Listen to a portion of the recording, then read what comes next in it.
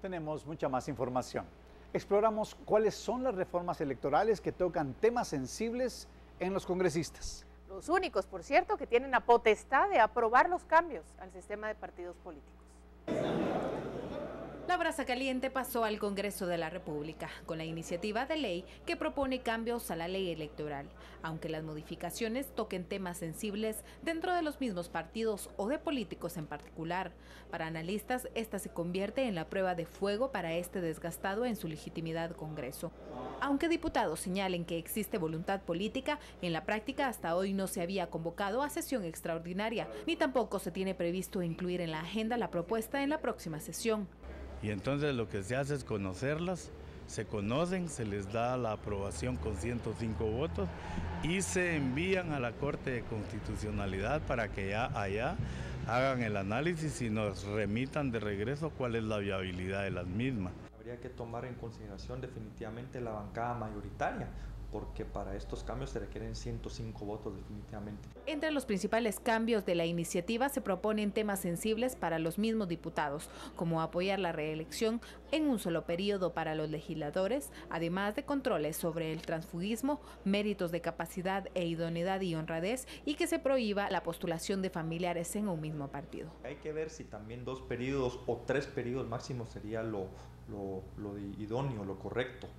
Lo que no se hizo en 8 o en 12 años, un diputado pues tal vez ya no lo hace más adelante. Sin necesidad de presión, el Congreso debería convocar, por lo menos para que estas iniciativas se trasladen al Pleno y se trasladen a la Comisión de Asuntos Electorales. Desde la Mesa de Trabajo de Reformas Electorales en el Congreso, incluir artículos que tienen el visto bueno de la Corte de Constitucionalidad se convierte en una opción para aprobar en el Pleno. En lo que coinciden los congresistas es que las reformas que podrían aprobarse a la ley electoral y de partidos políticos en esta legislatura no deberían aplicar en este proceso electoral, tomando en cuenta que ya está avanzado el proceso de inscripción de candidatos. Por unas elecciones en paz, Carolina Leverón y Luisa Che. A su vez, la Contraloría General de Cuentas tiene en sus manos la entrega de miles de finiquitos, sin los cuales los aspirantes a un cargo de elección popular no pueden ser inscritos. El Tribunal Supremo Electoral señala atrasos en inscripciones por falta de los mismos. Quedan 7 días para que los partidos políticos inscriban a sus candidatos y en el caso de los binomios, de 13 aspirantes, únicamente 4 se han inscrito. Uno de los factores a los que se atribuyen estos retrasos es al temor por parte de los candidatos hacia la población. Con lo efervescente que está y con lo envalentada que está la población diciendo sí podemos llegar más lejos, tienen pánico. También existe un temor a que la Contraloría esté entrampada con la entrega de finiquitos. Por ello, el Tribunal Supremo Electoral podría proponer que quienes no han sido empleados públicos únicamente entreguen una declaración jurada. Creo que ha sido una verdadera estancamiento del proceso normal de inscripción, es el finiquito, ¿verdad? Porque son tantos candidatos que la Contraloría General de Cuentas no se da abasto para otorgarlos, ¿verdad? Esta declaración jurada le limpiaría o le ayudaría un montón a la Contraloría General de Cuentas para deshacer esa presa, ¿verdad? Porque tiene realmente una presa de solicitudes para la que no se da abasto. Pero de acuerdo con la Contraloría, esta no es una salida confiable cuando de inscribir a políticos se trata. El riesgo que se corre en este tipo de situaciones es que las personas mientan en todo caso, o tal vez pedirle al Tribunal Supremo Electoral que tomen nota de estas personas que están inscribiéndose mediante esta declaración jurada y trasladarnos de información para verificar en la base de datos si efectivamente no han trabajado en ninguna dependencia del Estado. La Contraloría insiste en que todo está bajo control. Hasta el momento ha recibido 37.202 solicitudes de finiquitos, de los cuales 28.459 han sido entregados. La Contraloría ha recibido 74 amparos para entregar los finiquitos y el uso de este recurso, consideran, podría incrementar en estos días. De acuerdo a cómo se han visto las cosas, se podría intensificar ese tipo de mecanismo, dado que algunas personas estarán tratando de resolver su situación por las vías administrativas o legales, algunos que tienen denuncias y qué sé yo. Por unas elecciones en paz, Lourdes Cércules y María José Mancía. Ante la propuesta del Tribunal Supremo Electoral para realizar reformas a la ley electoral, los internautas reaccionaron. Diego Silva nos explica. Gracias, compañeros. Esta propuesta de reforma a la ley electoral y de partidos políticos está en manos del Congreso, entre ellas validar el voto nulo. Nuestros seguidores comentaron lo siguiente. Marvin Gerardo escribió: los diputados como representantes del pueblo y dignatarios de la nación tienen que hacer lo que el pueblo les pida. Si el pueblo está de acuerdo con las reformas a la ley electoral propuesta por el Tribunal Supremo Electoral, los diputados tienen que acatar órdenes del pueblo. El pueblo somos los que mandamos.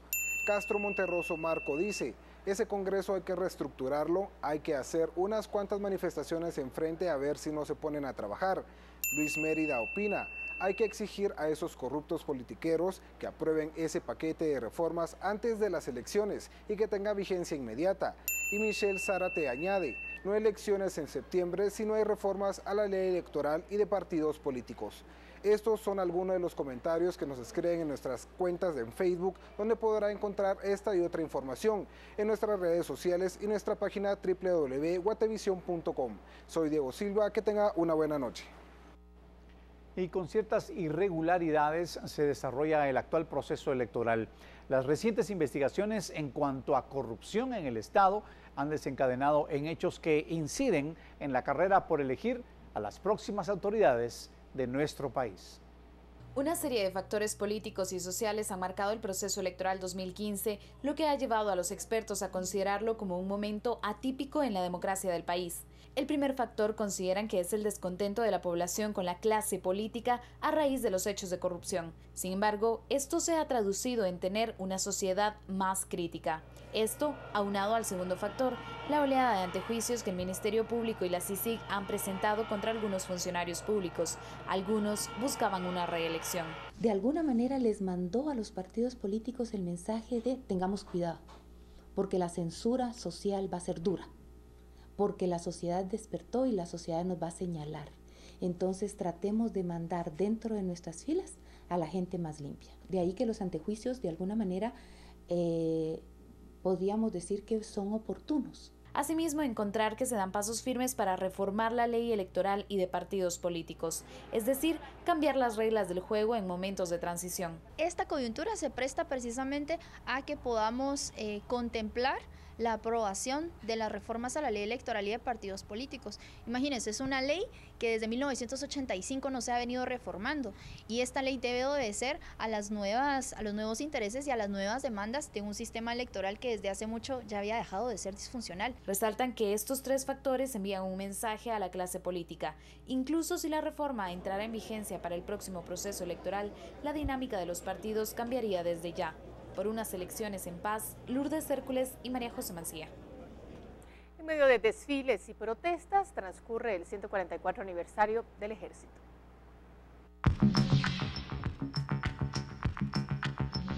Es nuestra opinión que las elecciones deben llevarse a cabo en las fechas fijadas, de acuerdo con la convocatoria del Tribunal Supremo Electoral de fecha 2 de mayo. Debe acatarse el mandato constitucional, de otra forma se estaría violando la Carta Magna. Se entiende que la sociedad reclama acciones inmediatas para cambiar el curso del sistema político, para darle a las autoridades electorales los poderes de que hoy carece y fortalecer los procesos electorales. A los partidos, las bases para fomentar su credibilidad y las herramientas para su democratización interna. Estamos de acuerdo con la mayoría de las reformas a la ley electoral. Lo que puede y la ley lo permita debe incluirse en esta jornada. Lo que la prudencia nos marque quedará para elecciones futuras. De no hacerse las reformas, puede anticiparse que quien gane las elecciones se constituirá en un gobierno débil que no gozará del respeto de la mayoría y hasta podría enfrentar en corto tiempo la exigencia de su renuncia. Debe considerarse que los acontecimientos dados a la luz pública y los sucesos que han involucrado a ciertas figuras han creado dudas sobre los nuevos gobernantes, y estará sobre el tapete la legitimidad como autoridades electas, la honorabilidad, la transparencia en su gestión, la lucha contra la corrupción y la impunidad. Propugnamos que se elija a un gobierno fuerte, capaz de superar las adversidades, generar confianza y establecer un nuevo orden político. Muy buenas noches, soy Alberto de Aragón, agradeciendo su hospitalidad y dejándolo una vez más en una excelente compañía. Gracias por su atención. Alberto de Aragón y su importante comentario. Después de la pausa, tenemos más.